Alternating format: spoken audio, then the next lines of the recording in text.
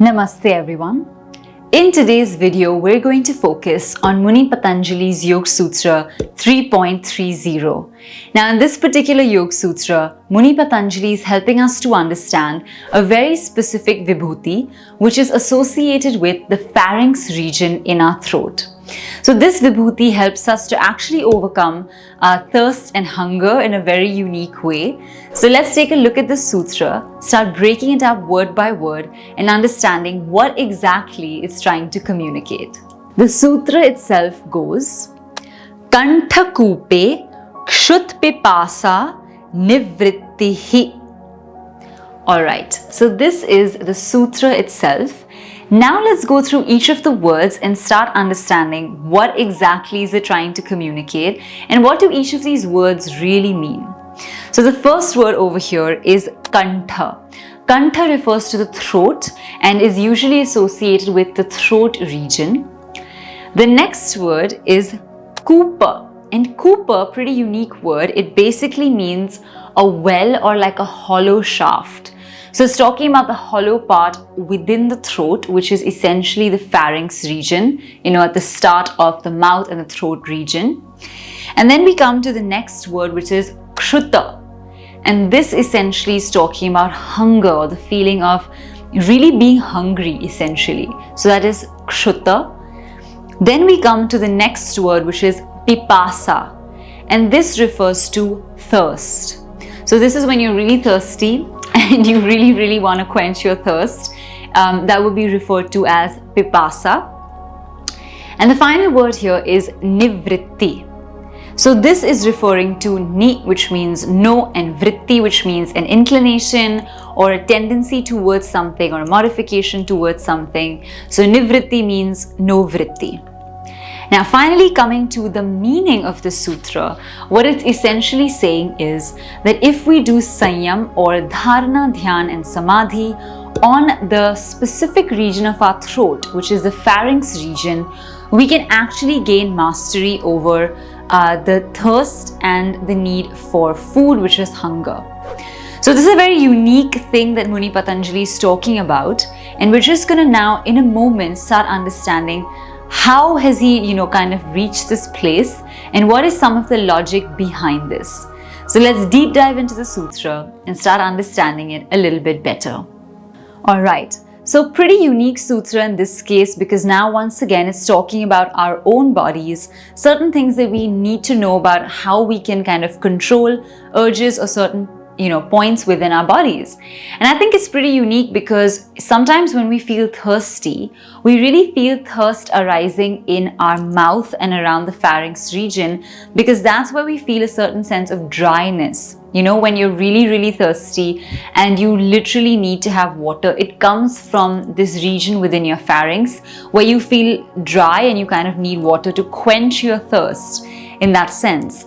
And I think personally as well, I remember times when if I didn't drink water on time and I was feeling really thirsty, I would suddenly start to have like this really dry cough and it would be so bad, I would really immediately need to drink water. So it goes to show that you kind of need to keep that whole area hydrated. You really need to drink enough water during the day. But the most important thing that it's trying to tell us here is that that feeling of being thirsty can actually be controlled. And I think this would be super useful, especially in emergency situations, right? Where maybe you don't have access to water and you really are feeling thirsty. In such a situation, really incredible to be able to control that thirst. I think also for athletes and anybody that's training at a very intense level, being able to control your thirst like that would be pretty incredible, I think, as a vibhuti. Of course, we're not doing this because we want to use it in our worldly gain. Over here, of course, it's being spoken about in terms of yogic sadhana. But yes, that is the first one. Second one is more to do with hunger.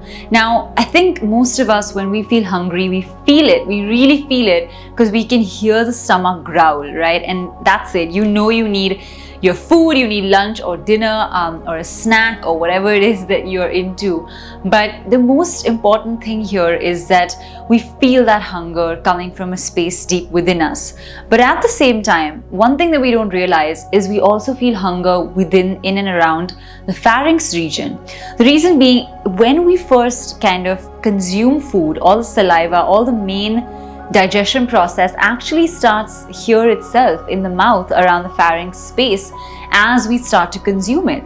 So a certain sense of hunger is also created in that space that is seeking food to use as bolus to take it into the digestive system.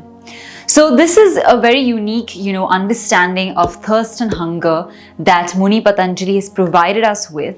And I think it's something worthwhile, something worth looking into, because I think that by doing that, we can actually start to understand how to control these urges of thirst and hunger, gain a certain sense of mastery over them, and be able to decide when we're going to feel thirsty or hungry, right? Because in most cases, we just feel thirsty, we feel hungry. It's something our body decides for us. Of course, based on our timetables and our schedules, it might be fluctuating or different, but usually it's not an urge that we control per se as such. So this is a really unique method and technique that is being provided so that we can do sanyam on the pharynx, the throat region, and actually be able to kind of implement these practices of control over thirst and hunger. So I think it's an amazing sutra if we were to apply it and get closer and deeper into it. So I hope this has helped you to understand Muni Patanjali's Yoga Sutra 3.30. If it has, please don't forget to leave your comments, questions and suggestions in the comments box below. Also, don't forget to give this video a big thumbs up, and please do subscribe to the channel and share this video if you enjoyed it, especially with your friends and your family. Now, we look forward to seeing you in the next video or in the next class or workshop. So until then, take care, keep practicing, and we're going to see you very soon. Namaste.